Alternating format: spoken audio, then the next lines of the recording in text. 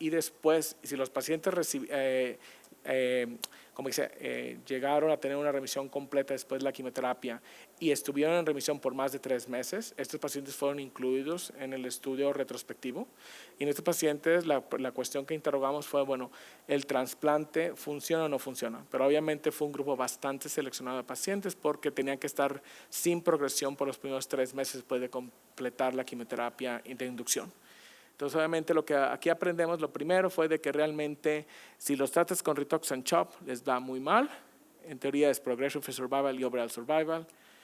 Pero lo que es el trasplante, el amarillo es si se trasplantan, el azul es si no se trasplantan.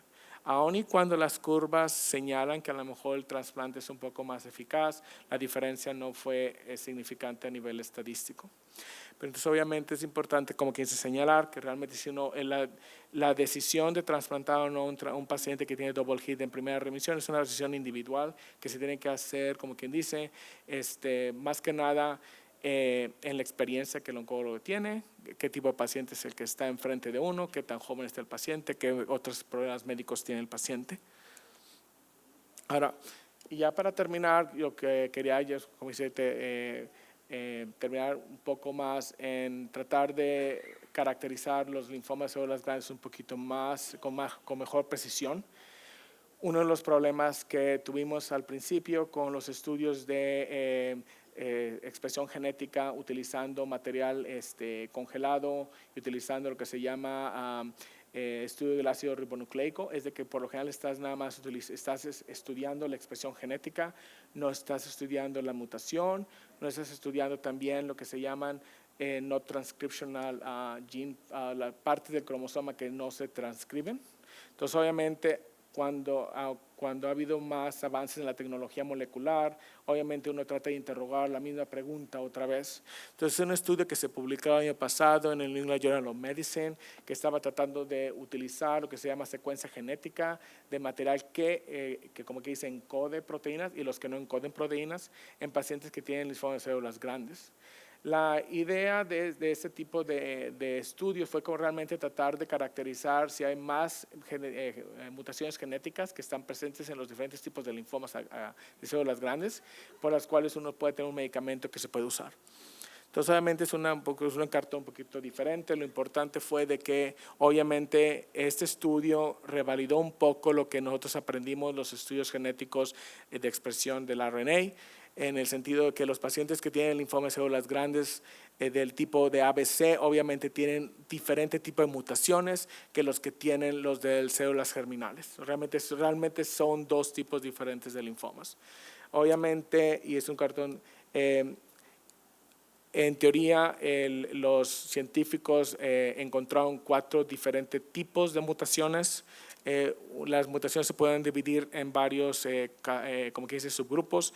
Unas fueron las que estaban como que dice, afectados lo que se llama el gen CARD11, que es parte del B-cell receptor signaling pathway, o de Notch1, y aparte el ECH2, que también es parte de, como que dice, es un supresor, es un tumor supresor, es una proteína que como que dice suprime la transcripción genética, y Notch2.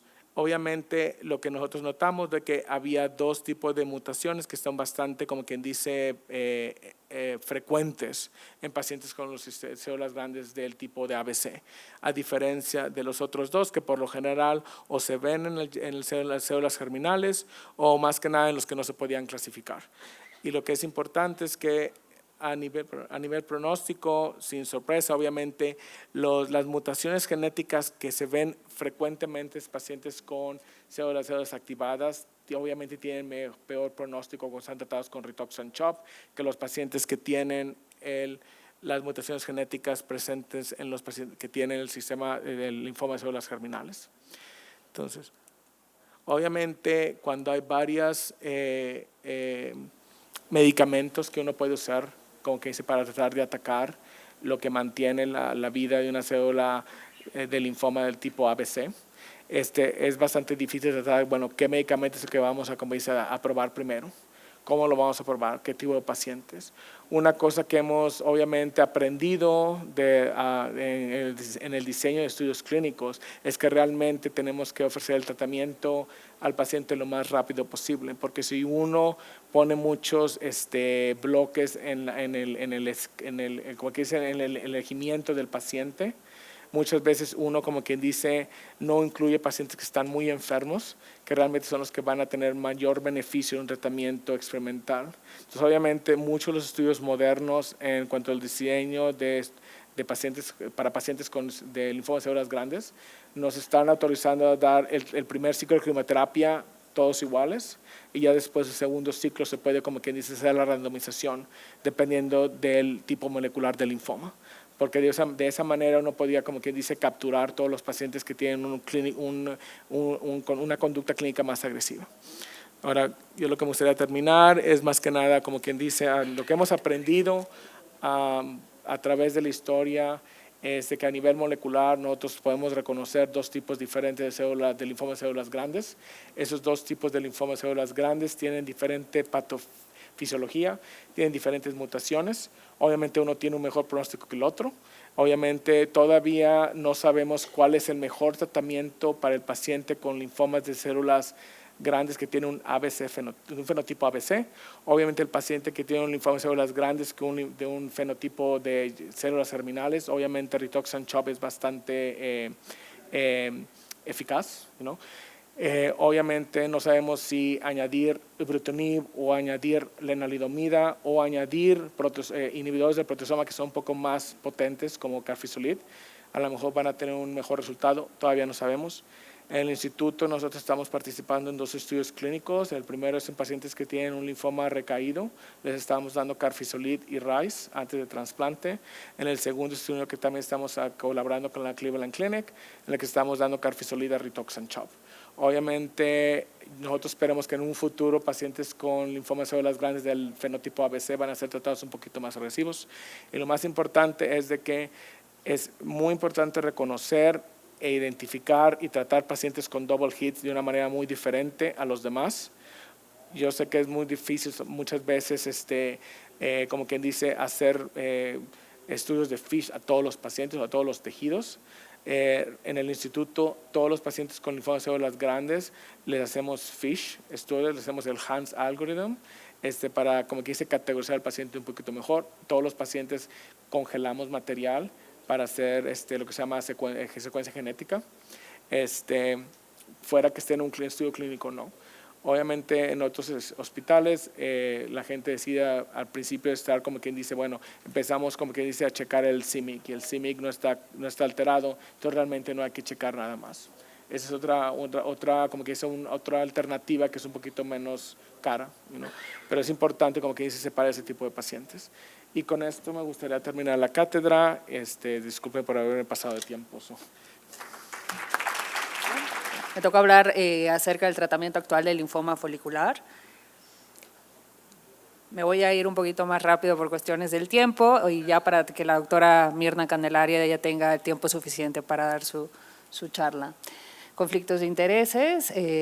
Y en cuanto al contenido, voy a hablar un poquito de la incidencia, tratamiento de primera línea y algunos datos del linfoma folicular en recaída o refractarios. Nada más un poquito en cuanto a una de las características de este linfoma, es la presencia de los centrocitos y los grandes centroblastos, en el cual se observa al menos parcialmente un patrón folicular. Como podemos mencionar, igual el doctor Francisco mencionó, dentro de tanto el difuso como el folicular, corresponde más que nada a más del 50% de los linfomas no Hodgkin, y las características es que tiene un curso clínico variable, es incurable con múltiples remisiones y recaídas y el riesgo alto de una transformación histológica. ¿Cómo ha ido evolucionando el tratamiento de esta enfermedad?